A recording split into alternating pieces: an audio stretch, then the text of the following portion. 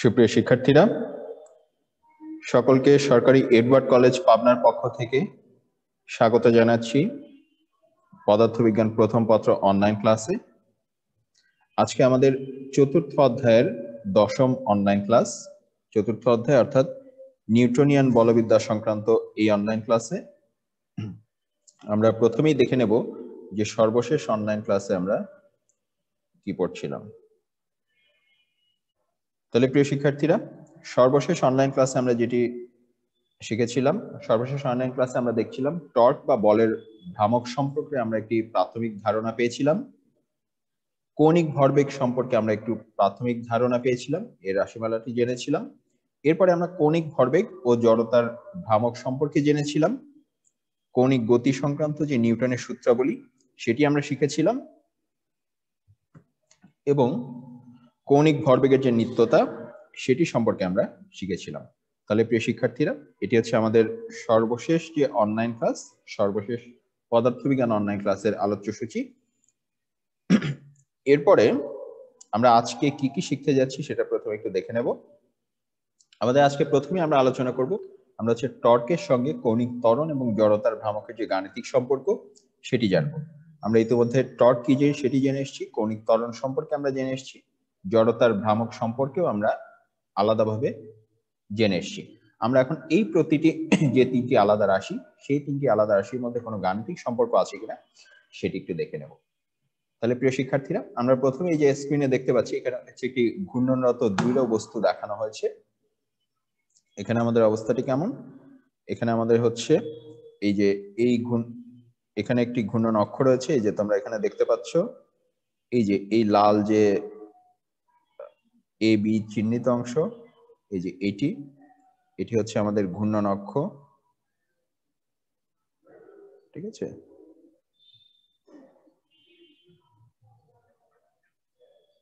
এটি হচ্ছে আমাদের ঘূর্ণন অক্ষ।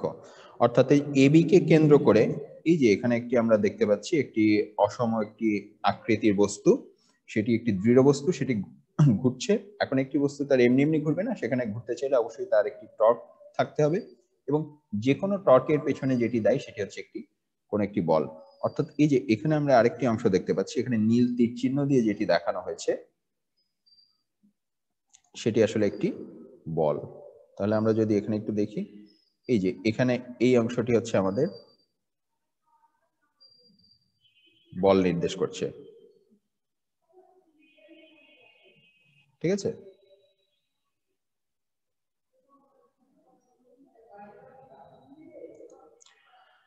তাহলে এখন এই যে বল থেকে ঘূর্ণন অক্ষের যে দূরত্ব, সেই দূরত্বকে আমরা হচ্ছে r দিয়ে প্রকাশ করেছি, r দ্বারা প্রকাশ করেছি।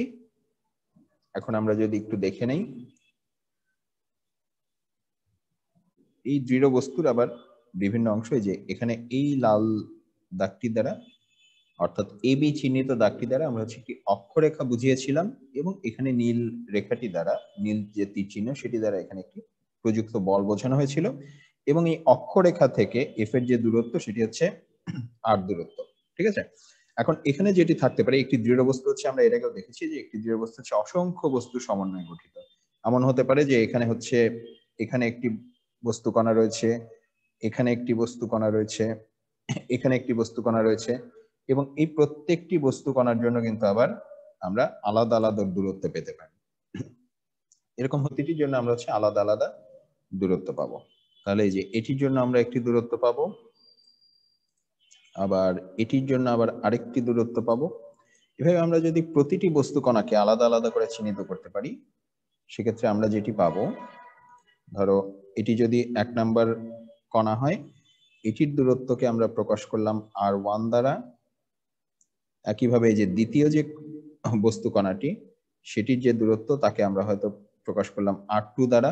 এভাবে অসংখ্য পরিমাণে, এখানে হয়তো আরেকটি বিন্দু আছে যার দূরত্বকে, এখান থেকে এই দূরত্বকে আমরা হয়তো r3 দ্বারা চিহ্নিত করব, ঠিক আছে?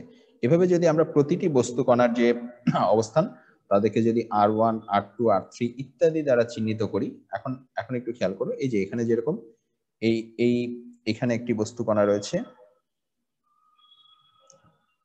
এই বস্তু কণাটির উপরে যে বল প্রয়োগ করা হচ্ছে সেই বলটি হচ্ছে F পরিমাণ, এবং এফ এর থেকে এর দূরত্ব যেহেতু আর পরিমাণ, সে কারণে এখানে তার যে টর্কের পরিমাণ সেটি আমরা গতদিন সর্বশেষ অনলাইন ক্লাসে জেনে এসেছি যে টর্ক হচ্ছে আর ক্রস এফ, অর্থাৎ টর্কের যে মান সেটি হচ্ছে এফ আর সাইন থিটা। এখন এখানে দেখো আমরা হচ্ছে আর বলতে যেটি বুঝিয়েছি, আর হচ্ছে এই বিন্দুর সাথে এফ এর লম্ব দূরত্ব, অর্থাৎ এটি যেহেতু এফ এর সাথে লম্ব দূরত্ব, তার মানে আর এবং এফ এর মধ্যবর্তী যে কোণ সেটি হচ্ছে আমাদের 90 ডিগ্রি। অর্থাৎ এখানে আমরা বলতে পারি যে F1 এই যে এই প্রথম বিন্দুতে আমরা যে টর্কটি পাচ্ছি সেই τ1 মানে হচ্ছে F1 R1 sin থিটা।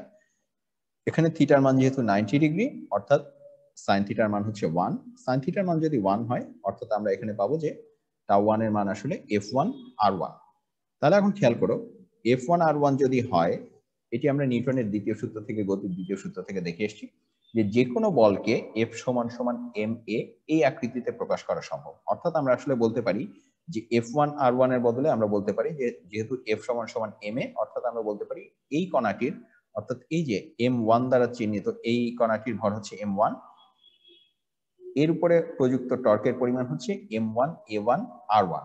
ঠিক আছে? তাহলে একইভাবে এখন আমরা আবার এটিও জানি, আমরা এই অধ্যায়ের প্রথম দিকের আলোচনায় যখন আমরা কৌণিক গতি সংক্রান্ত বিভিন্ন রাশি নিয়ে আলোচনা করছিলাম, তখন আমরা এটি দেখে এসেছি যে আমাদের রৈখিক ত্বরণ এবং কৌণিক ত্বরণ এদের মধ্যবর্তী যে গাণিতিক সম্পর্কটি সেটি হচ্ছে a1 a সমান সমান হচ্ছে r আলফা, অর্থাৎ কৌণিক ত্বরণকে r দ্বারা গুণ করলে আমরা রৈখিক ত্বরণ এর পরিমাণটি পাই। অর্থাৎ এই যে এখানে আমরা যেটি পেয়েছি a1 এর বদলে আমরা প্রতিস্থাপন করতে পারি যে a1 এর বদলে আমরা চাইলে r1 আলফা বসিয়ে দিতে পারি। দেখো এখানে একটি r1 ইতিমধ্যে ছিল, এই a1 এর এখান থেকে আরেকটি r1 আসলো, অর্থাৎ সব মিলে আমরা পেলাম হচ্ছে r স্কয়ার। অর্থাৎ দেখো আমরা হিসাব করছিলাম কি, আমরা হিসাব করছিলাম m1 ভরের যে কণাটি সেটির উপরে একটি টর্কের পরিমাণ। তাহলে এই যে এখানে যে বিন্দুটি আছে এই বিন্দুটিকে আমরা চিহ্নিত করেছিলাম m1 ভরের কণা হিসাবে, এখানে যেটি আছে সেটিকে আমরা চিহ্নিত করেছিলাম m2 ভরের কণা হিসাবে। এরকম অসংখ্য কণা সমন্বয়ে এই পূর্ণাঙ্গ দৃঢ় বস্তুটি কিন্তু গঠিত। তাহলে একইভাবে আমরা কিন্তু এটিও বলতে পারি যে m2 ভরের যে কণা, সেই m2 ভরের কণাটির উপরে যে প্রযুক্ত টর্ক সেটির মান τ2 হবে হচ্ছে m2 r2 স্কয়ার আলফা। এখানে যেহেতু এটি পূর্ণ একটি দৃঢ় বস্তু, এটি একই অক্ষের সাপেক্ষে ঘুরছে, অতএব এর যে কৌণিক ত্বরণ সেটি কিন্তু সমগ্র বস্তুর জন্য একই, অভিন্ন কৌণিক ত্বরণে সেটি ঘুরছে। ঠিক আছে? আচ্ছা, তাহলে আমরা কি পাচ্ছি?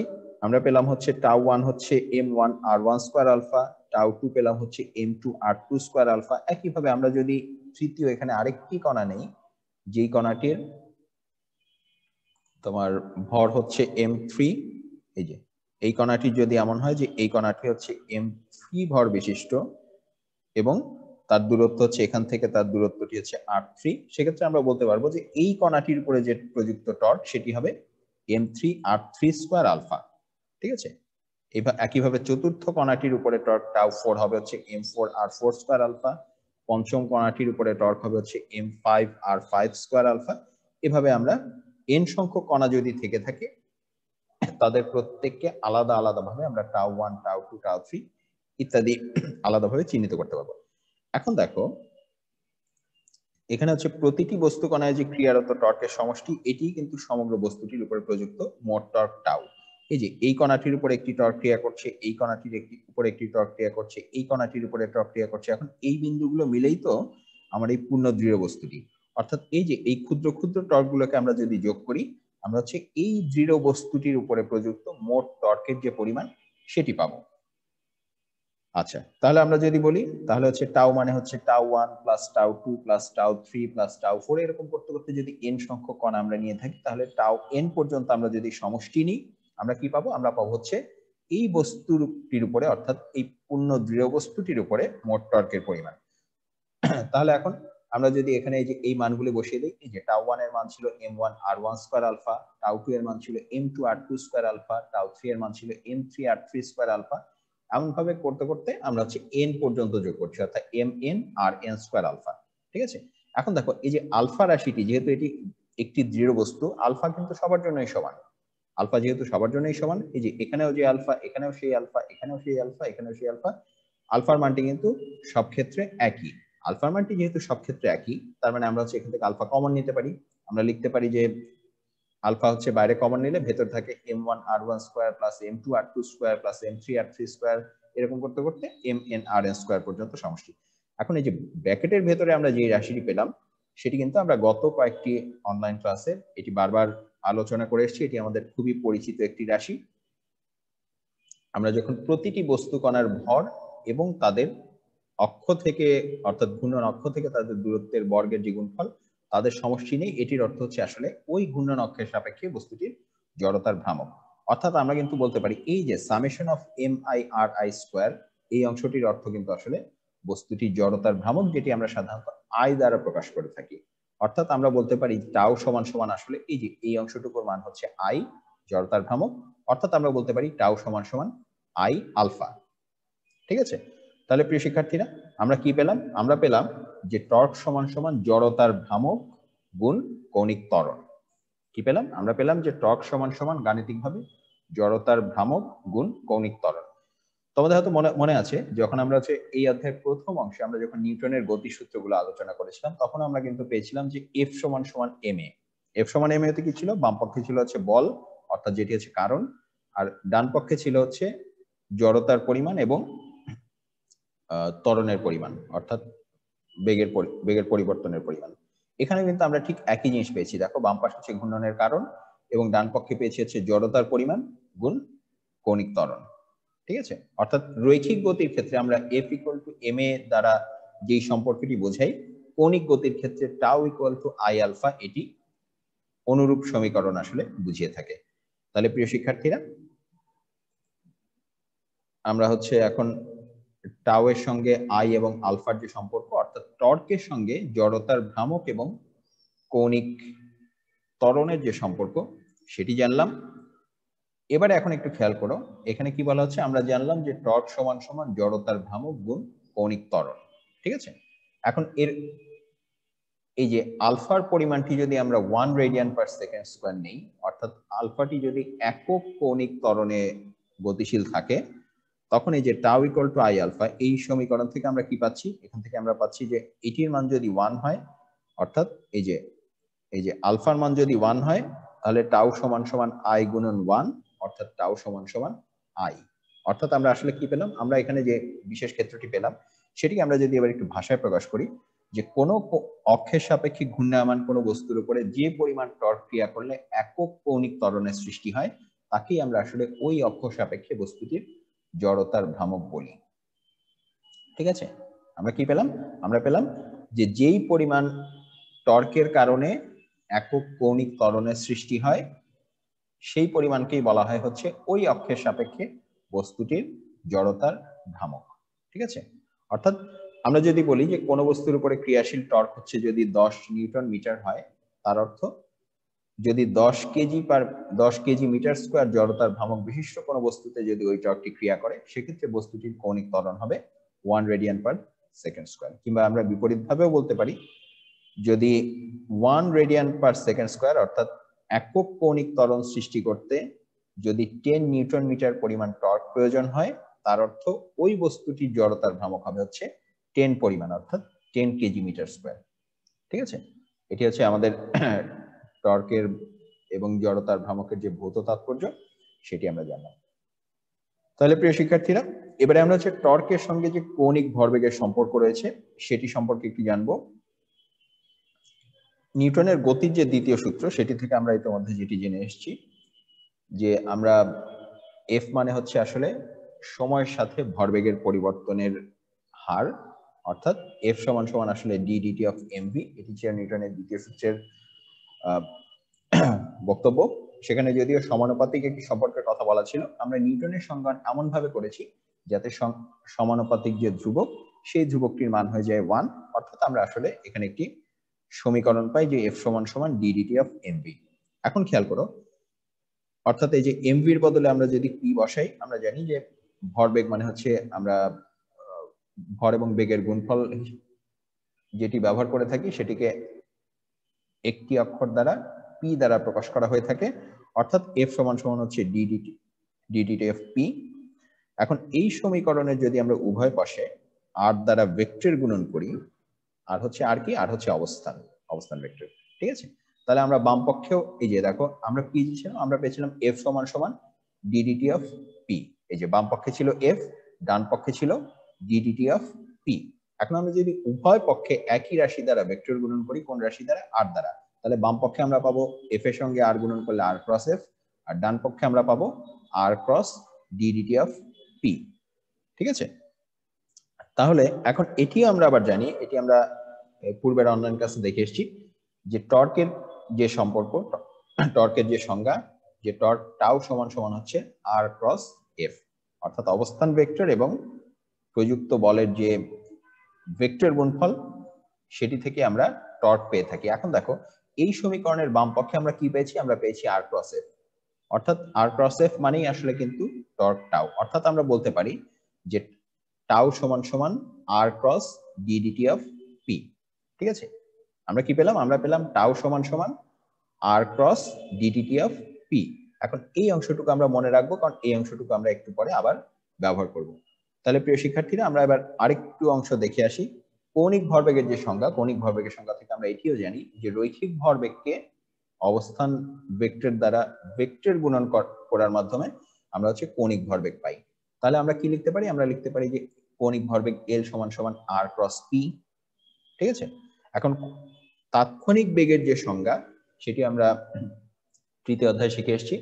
তৃতীয় অধ্যায় থেকে আমরা জেনে এসেছি যে তাৎক্ষণিক বেগের সংজ্ঞা হচ্ছে সময়ের সাপেক্ষে যদি আমরা অবস্থান ভেক্টরের ডিফারেন্সিয়েশন করি, অর্থাৎ ডিডিটি অফ আর যেটি, সেটি হচ্ছে তাৎক্ষণিক বেগ নির্দেশ করে। একইভাবে আমরা হচ্ছে ভরবেগ পি কে নির্দেশ করতে পারি এম এবং ভি এর গুণফল দ্বারা। তাহলে এখন দেখো এখানে আমরা যেটি পেয়েছি, এল সমান সমান হচ্ছে আর ক্রস পি, অর্থাৎ এই যে এল সমান সমান আর ক্রস পি, এই রাশিটিকে আমরা যদি সময় সাপেক্ষে ব্যবকলন করি, বাম পক্ষে কি ছিল, বাম পক্ষে ছিল এল, অর্থাৎ এল কে সময় সাপেক্ষে ব্যবকলন করলে আমরা পাবো ডিডিটি অফ এল, এবং আর ক্রস পি কে আমরা সময় সাপেক্ষে ব্যবকলন করলে পাবো DDT of R cross P. এখন এই যে দুইটি রাশি যখন গুণ আকারে থাকে, এটি তোমাদের অনেকেরই হয়তো জানা আছে, আবার আমরা একটু মনে করে নিই। দুটি রাশি যখন গুণ আকারে থাকে, সেটিকে আমরা যখন ডিফারেন্সিয়েশন করতে যাই, যখন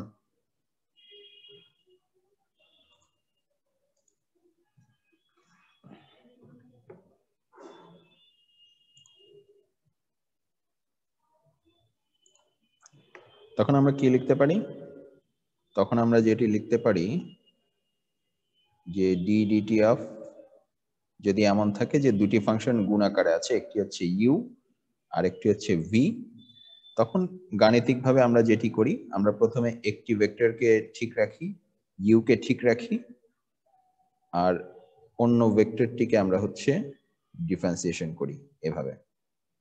ঠিক আছে, এরপরের অংশে আবার প্লাস, এরপরে আমরা কি করি, এখানে আমরা হচ্ছে এর আগের বারে যে ভেক্টরটিকে ডিফারেন্সিয়েশন করেছিলাম সেটিকে ঠিক রাখি, এবং অন্য ভেক্টর যেটিকে এর আগের বার ঠিক রেখেছিলাম সেটিকে আবার ডিফারেন্সিয়েশন করি।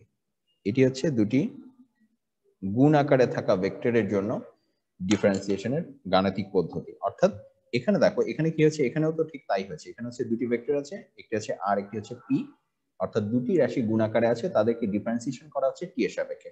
অর্থাৎ প্রথমে এই যে আমরা হচ্ছে প্রথমে পি কে ঠিক রেখেছি, আর কে টি এর সাপেক্ষে ডিফারেন্সিয়েশন করেছি, এরপরে আমরা হচ্ছে আর কে ঠিক রেখেছি এবং পি কে টি এর সাপেক্ষে ডিফারেন্সিয়েশন করেছি। ঠিক আছে, তাহলে এখন দেখো এখানে আমরা যে অংশটুকু পেলাম, এই যে এখানে হচ্ছে বাম পক্ষে ছিল হচ্ছে ডিডিটি অফ এল, আর ডান পক্ষে এই যে যখন আমরা আর কে টি এর সাপেক্ষে ডিফারেন্সিয়েশন করলাম, এটি কিন্তু আসলে তাৎক্ষণিক বেগের সংজ্ঞা। অর্থাৎ এখানে আমরা ডিডিটি অফ আর, এটির অর্থ হচ্ছে ভি। আবার একই সঙ্গে এখানে কি আমরা ব্যবহার করেছি, এখানে হচ্ছে পি, পি এর অর্থ হচ্ছে এমভি, আর এখানে হচ্ছে আর ক্রস ডিডিটি অফ পি।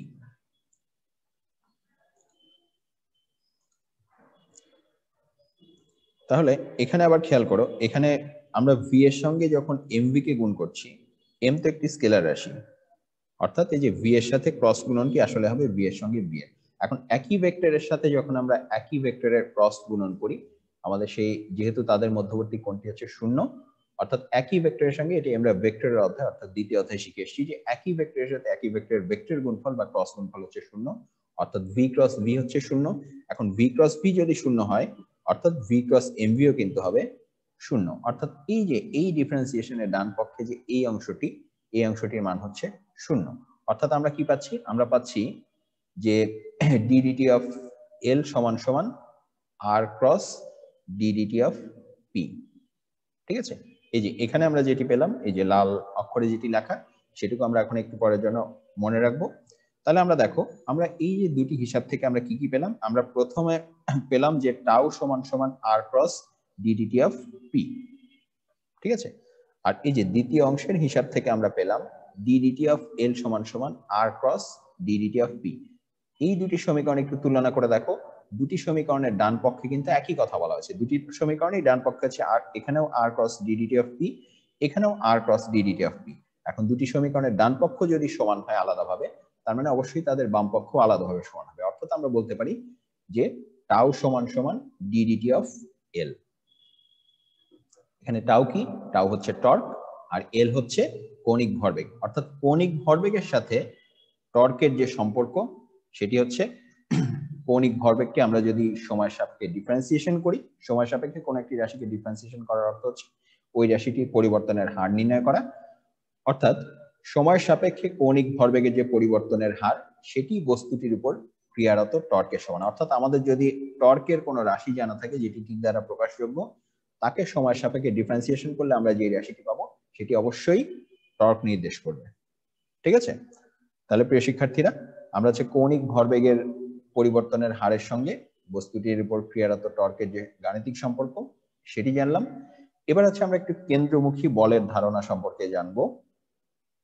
দেখো, সুষম বৃত্তীয় গতির ক্ষেত্রে আমরা এটি যে তৃতীয় অধ্যায়, তোমাদের এর আগের যে অধ্যায়, সেটি শেষ অংশে আমরা পড়ে এসেছি যে কোন একটি বস্তু যদি একটি বৃত্তাকার পথে ঘূর্ণায়মান থাকে, সেক্ষেত্রে প্রতি ক্ষেত্রে কিন্তু তার বেগের যে দিক সেটি পাল্টাতে থাকে। ঠিক আছে, এটি যদি আমরা একটু দেখে নেই, এই যে মনে করে একটি বৃত্তাকার পথ বরাবর একটি বস্তু ঘূর্ণায়মান আছে।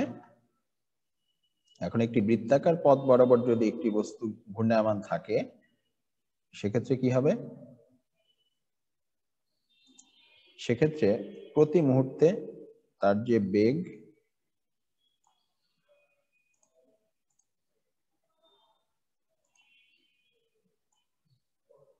এই যে সেটি হচ্ছে এভাবে স্পর্শক বরাবর ক্রিয়া করবে। এই বিন্দুতে এইদিকে, এই বিন্দুতে এদিকে, এই বিন্দুতে এদিকে।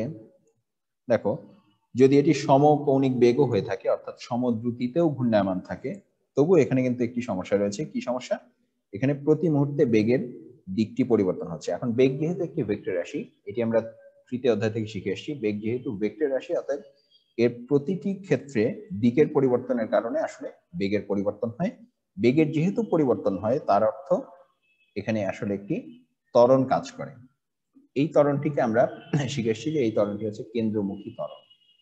এখন এই যে কেন্দ্রমুখী ত্বরণ যদি থাকে, যে কোনো ত্বরণের সঙ্গে সংশ্লিষ্ট অবশ্যই কোনো একটি বল থাকবে, কোনো একটি বলের কারণেই ত্বরণ ঘটবে। এই যে এখানে আমরা একটি ছবি দেখতে পাচ্ছি যে যেই বলের কারণে, এই যে এভাবে যে এটি হচ্ছে অলিম্পিকের খেলা যখন হয় কিংবা কোনো একটি অ্যাথলেটিক্স যখন হয়, তখন তোমরা দেখে এসছো, এটি হচ্ছে হ্যামার থ্রোয়িং এর একটি ছবি।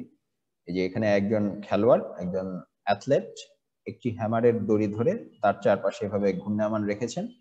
এখন এই জিনিসটি এই বৃত্তাকার পথ বরাবর ঘুরছে কেন? কারণ এই দড়ির মাধ্যমে তিনি একটি কেন্দ্রমুখী বল দিচ্ছেন। তিনি হচ্ছে কেন্দ্রের দিকে একটি বিশেষ বলে একে টানছেন। সেই কারণে এর বেগ এখানে এই দিক বরাবর, এখানে এই দিক বরাবর, এখানে এই দিক বরাবর, এই বৃত্ত বরাবর এই বেগটি পরিবর্তন হচ্ছে।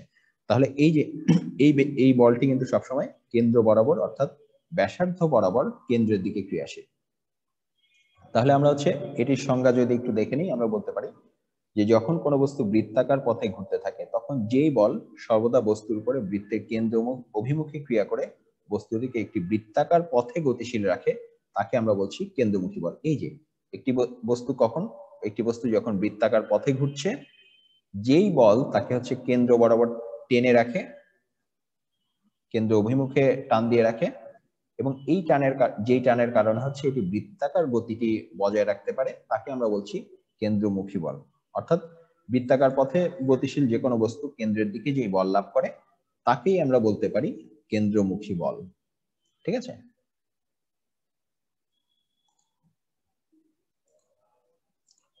তাহলে এখন হচ্ছে আমরা প্রকৃতিতে যদি কেন্দ্রমুখী বলের কিছু উদাহরণ দেখে নিই। দেখো, এই যে পৃথিবীর চারপাশে যে পৃথিবীর যে উপগ্রহ আছে চাঁদ, সেটি কিন্তু পৃথিবীর চারপাশে প্রায় বৃত্তাকার একটি কক্ষপথে ঘূর্ণায়মান রয়েছে এবং সেটি কিন্তু মহাকাশে ছুটে বেরিয়ে যাচ্ছে না, মহাকাশে বিচ্ছিন্ন হয়ে যাচ্ছে না। এটি যে একটি বৃত্তাকার পথে আবদ্ধ রয়েছে তার কারণ হচ্ছে এখানে একটি কেন্দ্রমুখী বল ক্রিয়াশীল এবং সেই কেন্দ্রমুখী বলের উৎস হচ্ছে অভিকর্ষ বল, অর্থাৎ পৃথিবীর যে আকর্ষণ বল সেটি। আবার সৌরজগতে সূর্যের আশেপাশে যে তার বিভিন্ন গ্রহগুলি ঘুরছে, পৃথিবী ঘুরছে, মঙ্গল গ্রহ ঘুরছে, বৃহস্পতি গ্রহ ঘুরছে, শনি গ্রহ ঘুরছে, অনেকগুলি গ্রহ ঘুরছে, এদের আবর্তনের কারণও কিন্তু কেন্দ্রমুখী বল। এখানে কেন্দ্রমুখী বলের উৎসটি কি?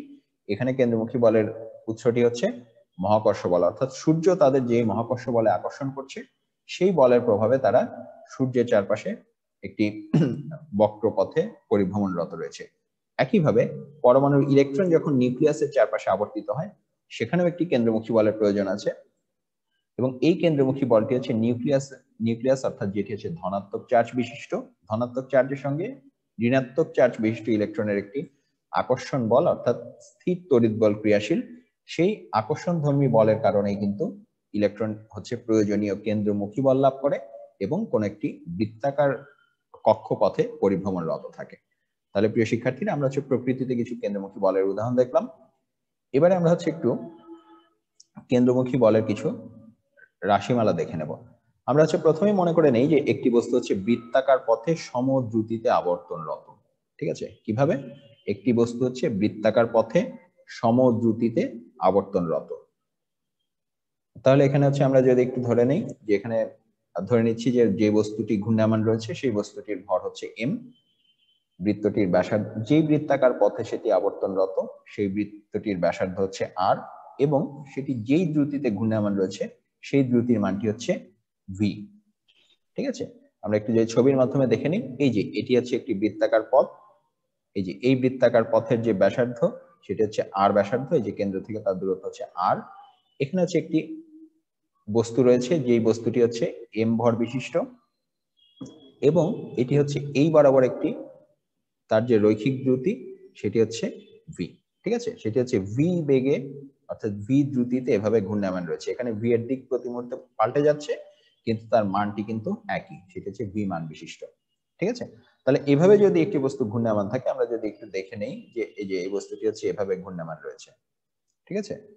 আমরা আবার একটু দেখে নেই, এই বস্তুটি হচ্ছে এই যে এখানে হচ্ছে r ব্যাসার্ধের একটি বৃত্তাকার পথ, সেখানে m ভরের একটি বস্তু, m ভরের এই বস্তুটি হচ্ছে v দ্রুতিতে গতিশীল এবং সেটি হচ্ছে এই বৃত্তাকার পথ বরাবর এভাবে ঘূর্ণায়মান রয়েছে। তাহলে আমরা তৃতীয় অধ্যায়ে যা দেখে এসেছিলাম, তৃতীয় অধ্যায় থেকে আমরা শিখে এসেছি যে এই ক্ষেত্রে বস্তুটির যে কেন্দ্রমুখী বা ব্যাসার্ধমুখী যে ত্বরণ, সেই ত্বরণের পরিমাণ a সমান সমান হচ্ছে v²/r। এটি আমরা তৃতীয় অধ্যায় থেকে জেনে এসেছি। এখন a সমান সমান যদি v²/r হয়, প্রত্যেক ত্বরণরত বস্তুর উপরেই সংশ্লিষ্ট কোনো না কোনো একটি বল রয়েছে, বলের প্রভাবেই ত্বরণ ঘটে থাকে। অর্থাৎ আমরা আবার নিউটনের দ্বিতীয় সূত্র অনুসারে যেটি জানি যে F সমান সমান ma, অর্থাৎ ভরকে ত্বরণ দ্বারা গুণ করলে আমরা বলের পরিমাণ পাই।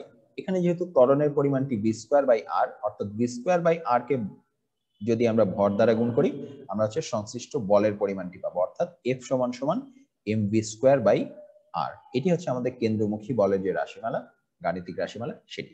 এখন আমরা এটিও জানি যে v এর সঙ্গে যে কৌণিক বেগ, রৈখিক বেগের সঙ্গে কৌণিক বেগের সম্পর্কটি হচ্ছে r দ্বারা গুণ করলে আমরা রৈখিক বেগটি পাই, অর্থাৎ v সমান সমান হচ্ছে ওমেগা r।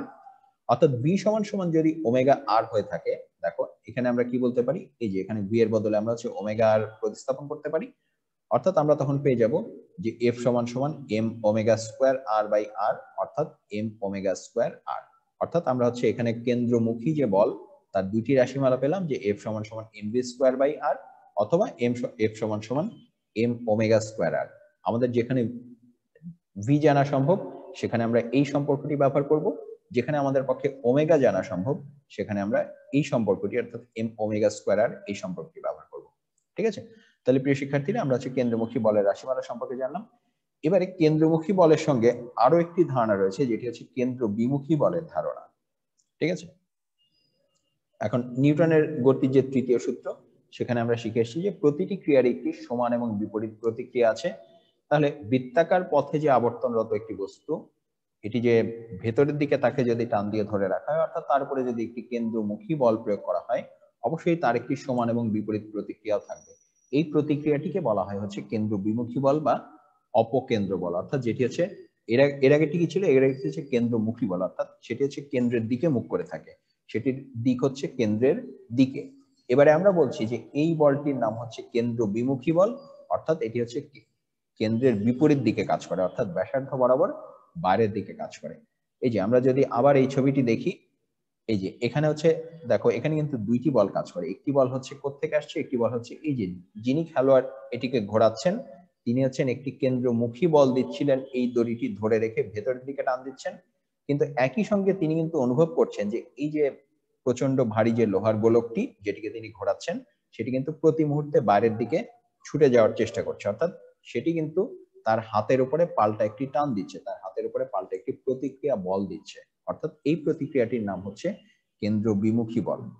তাহলে প্রিয় শিক্ষার্থীরা, আমরা যদি একটু বইয়ের ভাষায় সংজ্ঞাটি দেখে নেই, যে কেন্দ্রমুখী বলের প্রতিক্রিয়া স্বরূপ যেই বলটি হচ্ছে বৃত্তের ব্যাসার্ধ বরাবর কেন্দ্রের বাইরের দিকে ক্রিয়া করে, তাকেই আমরা বলছি কেন্দ্র বিমুখী বল বা অপকেন্দ্র বল।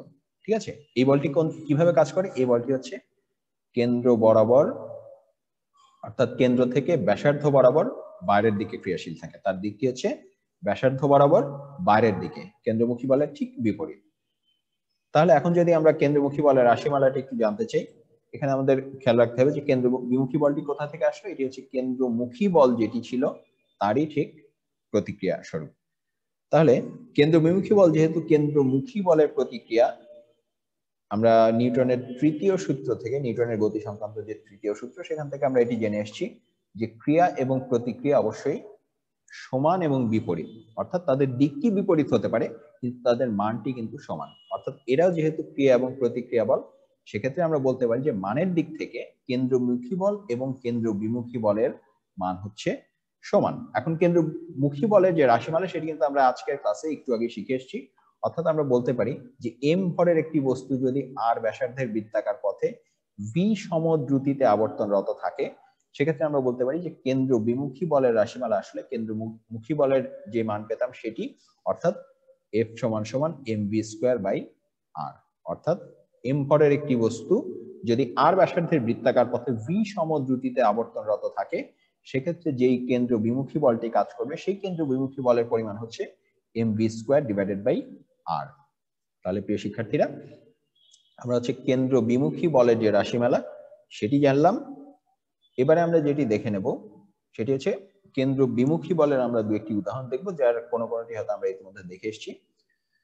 কেন্দ্র বিমুখী বলের একটি উদাহরণ হতে পারে, তোমরা যারা সাইকেল চালিয়ে থাকো বা মোটরসাইকেল চালাতে দেখেছো তারা হয়তো খেয়াল করবে, যখন কাদার মধ্যে দিয়ে একটি সাইকেল কিংবা মোটরসাইকেল পার হয়, সাধারণত সাইকেলের চাকায় বা মোটরসাইকেলের চাকায় কাদা লেগে যায় এবং সেটি যখন কাদা ছেড়ে বের হয়ে আসে, তখন কিন্তু সেখান থেকে কাদাটি ছিটকে চাকা থেকে বাইরের দিকে বিভিন্ন দিকে ছুটে চলে আসে। এটি হচ্ছে যেহেতু চাকাটি ঘূর্ণায়মান, অর্থাৎ সেখানে চাকার সঙ্গে আটকে থাকা যে কাদা, সেই কাদাগুলিও ঘূর্ণায়মান থাকে এবং ঘূর্ণায়মান থাকার কারণে তারা কিন্তু কেন্দ্রের বাইরের দিকে একটি বল লাভ করে, অর্থাৎ এই কেন্দ্র বিমুখী বলের কারণে তারা হচ্ছে বিভিন্ন দিকে ছিটকে পড়ে। আমরা যদি আরো দু একটি উদাহরণ দেখি, দুধ থেকে মাখন তোলার জন্য আমরা কেন্দ্র বিমুখী বল দেখে থাকি। একটি পাত্রে, এই যে দেশীয় পদ্ধতিতে অর্থাৎ দেশীয় প্রযুক্তিতে যেভাবে আগে মাখন তৈরি করা হতো, যে একটি পাত্রে দুধ রেখে তাতে বাঁশ বা একটি কাঠের লাঠি ব্যবহার করে আমরা অনেকটা যে ডাল নাড়ার জন্য যে ডাল ঘুটনি ব্যবহার করি, অনেকটা ওই আকৃতির একটি কাঠে লাঠি দ্বারা যদি খুব দ্রুত ঘোরানো হতো, সেক্ষেত্রে কেন্দ্র বিমুখী বলের মাধ্যমে দুধ থেকে হচ্ছে মাখন আলাদা হয়ে যেত। দেখা যেত যে মাঝখানে হচ্ছে দুধে শুধুমাত্র পানির অংশটুকু রয়েছে এবং প্রচন্ড ঘূর্ণনের কারণে মাখন যেহেতু ভারী অংশ, সেই ভারী অংশ হচ্ছে ছিটকে বাইরের দিকে চলে এসছে। ঠিক আছে, এর আরেকটি উদাহরণ হতে পারে বালতি ভর্তি একটি পানির ক্ষেত্রে কেন্দ্র বিমুখী বলের উদাহরণ দেখানো যায়। তুমি যদি একটি বালতির হাতলে দড়ি বেঁধে খুব দ্রুত ঘোরাতে থাকো, কেন্দ্র বিমুখী বলের কারণে পানি কিন্তু পড়বে না, দেখা যাবে বালতি পুরো উল্টে গেলেও সেটিকে এভাবে তুমি ঘোরাতে পারছো। অর্থাৎ সেখানে অন্তত ওজনের সমান কিংবা ওজনের চাইতে বেশি পরিমাণ কেন্দ্র বিমুখী বল যদি প্রদান করতে পারো, সেক্ষেত্রে দেখা যাবে বালতি পুরোপুরি অনুভূমিক একটি উলম্ব একটি তলে ঘোরালেও সেটির পানি কিন্তু বালতি থেকে পড়ে যাচ্ছে না। তাহলে প্রিয় শিক্ষার্থীরা, আমরা কেন্দ্র বিমুখী বলের রাশিমালা সম্পর্কে জানলাম এবং কেন্দ্র বিমুখী বলের উদাহরণ জানলাম। এর পরবর্তী দিনে আমরা বাস্তব জীবনে কেন্দ্র বিমুখী এবং কেন্দ্রমুখী বলের কিছু ব্যবহার দেখব। আমরা দেখব যে এই কেন্দ্র বিমুখী বলের ধারণা থেকে আমরা কিভাবে নিরাপদে একটি বক্র পথে সাইকেল কিংবা কোনো একটি গাড়িকে নিরাপদে চালিয়ে নিতে পারি এবং কিভাবে সেখানে কোনো একটি নির্দিষ্ট শর্ত কাজ করে থাকে বা কি কি শর্তে আমরা নিরাপদে একটি বক্রপথ পার হতে পারবো। ঠিক আছে, তাহলে প্রিয় শিক্ষার্থীরা, আমাদের আজকের এই ক্লাসের সময় সমাপ্ত। আমাদের ক্লাসটি এখানেই শেষ করছি। পরবর্তী ক্লাসের আগ পর্যন্ত সবাই সুস্থ থাকো, নিরাপদে থাকো, কোভিডের হাত থেকে পরিবারের সকলকে নিয়ে সুস্থ থাকো।